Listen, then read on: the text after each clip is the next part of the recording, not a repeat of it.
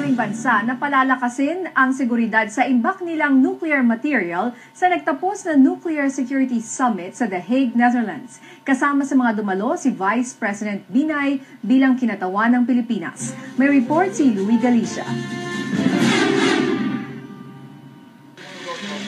Nagkaisa ang 35 bansa na isa sa batas ang napagkasunduang international guidelines sa seguridad ng mga bombang nuclear sa nagtapos na Nuclear Summit sa The Hague, the Netherlands noong March 25 at 26. Nanawagan si US President Barack Obama na umaksyon ng lahat ng bansa para hindi mapasa kamay ng mga terorista ang mga bombang nuclear. Kinatawan ni Vice President Jejomar Binay ang Pilipinas sa summit na dinaluhan ng mahigit 50 heads of state.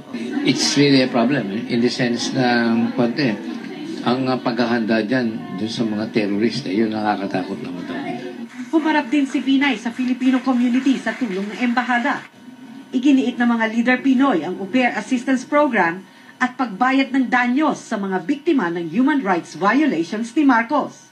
Hiniling din ng mga Pinoy ang proteksyon ng mga kababayang maaapektuhan sa balak ng Netherlands na gawing kriminal ang undocumented Filipinos. Kung hindi ako nagkakamali, napag-usapan niya na sa ILO yung tungkol sa criminalization ng whatever. Hindi ko lang alam kung ano lang. No?